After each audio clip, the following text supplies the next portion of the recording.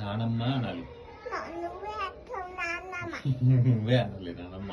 నువ్వే నేను నానమ్మ. చేసేస్తా. నో, నానమ్మ అనాలి. నేను చేసేస్తా.